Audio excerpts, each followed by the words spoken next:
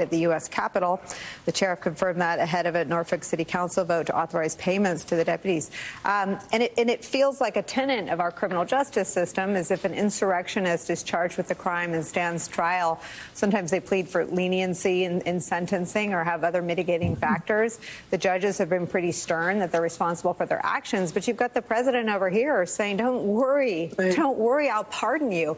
I wonder if that makes them a different kind of danger, that they're not normal criminals who may serve their time and be able to reemerge in society. They're people who, for their crimes, will be rewarded pardons.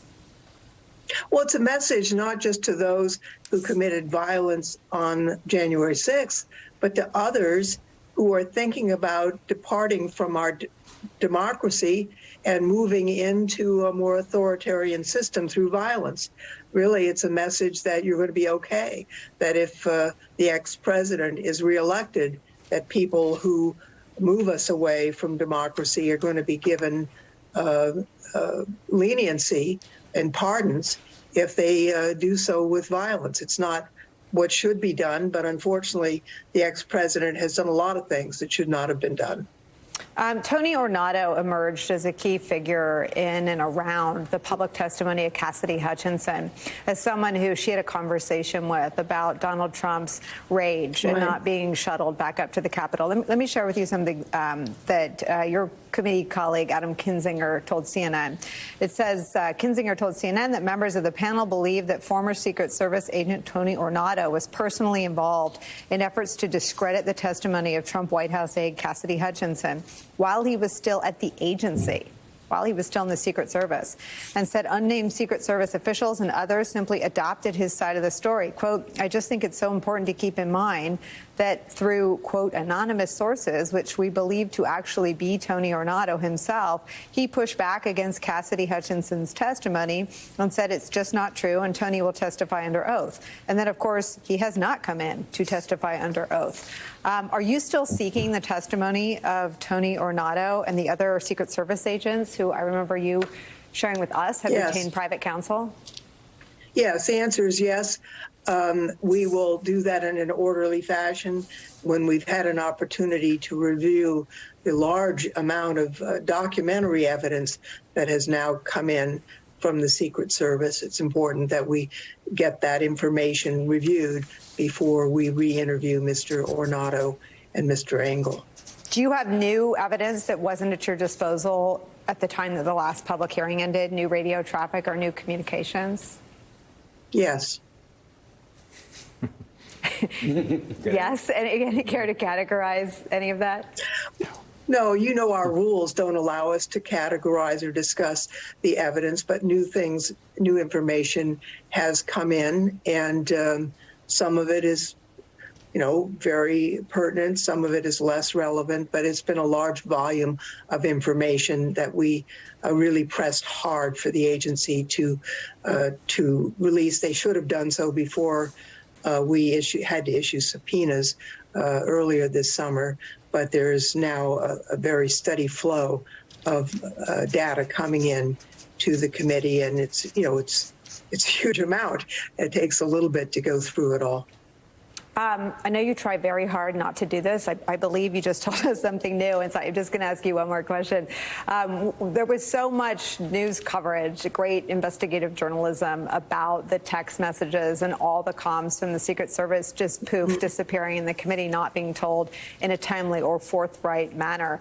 What you're describing is a huge amount of information. I'm guessing you found other sources for what you were looking for in the text. Well, is that right? I didn't say that what the specific types of information. I mean, and I really am not at liberty to do that under the committee rules. There's texts, there's emails, there's radio traffic, there's all kinds of information, Teams meetings. So we're going through everything that's been provided, and more is coming in. As I say, some of it is not relevant and some of it is. And it's a huge slog to go through it, but we are going to go through it. And the members of the committee themselves have been involved in this, and we hope to have that completed, soon. And it is nothing that has come in that you're aware of so far is in conflict with any of the public testimony presented by the committee to date? Just let me say I have some concerns about documents and then comparing to some of the testimony that we've received, and we hope to resolve any discrepancies in a way that would make sense, and we'll have to do that as we proceed in an orderly way. Will that be part of the public hearing because that was such a high-profile element of the previous public hearings? Don't know yet. I mean, I can't lay out all of what we're going to have.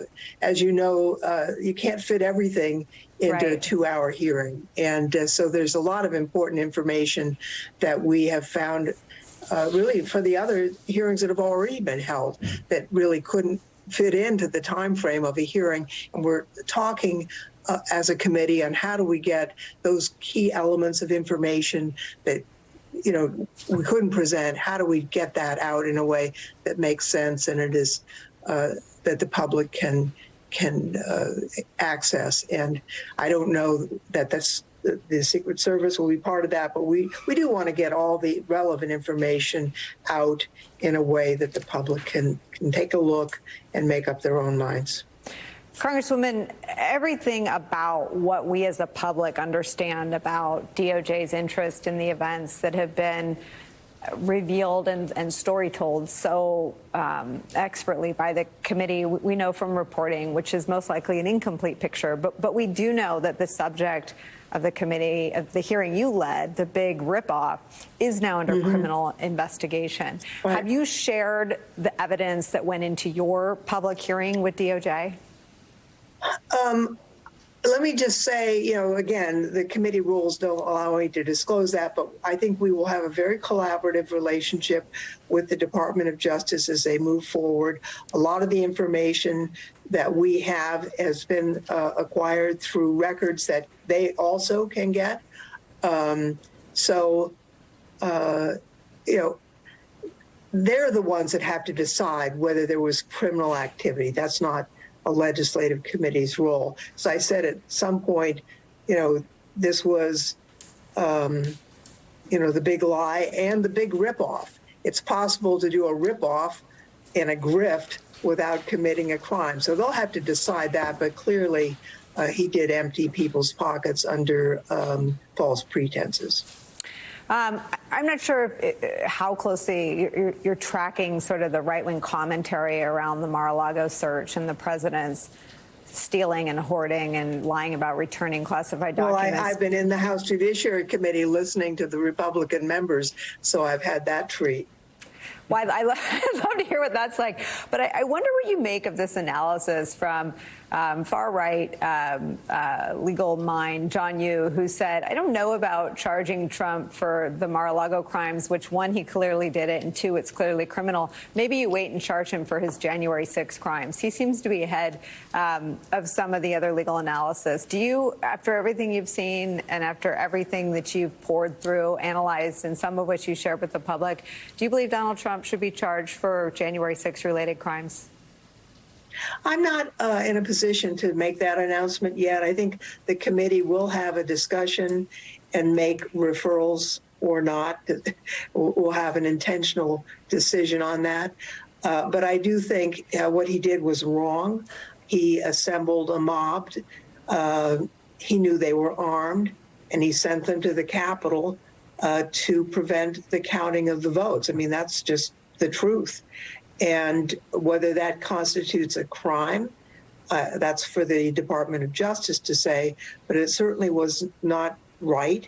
It's not in keeping with the American tradition. It's unconstitutional and potentially a crime. As I say, that's for DOJ to allege, not us. Congresswoman Zoe Lofgren, you've been very generous with your time. Thank you very much for starting us off today.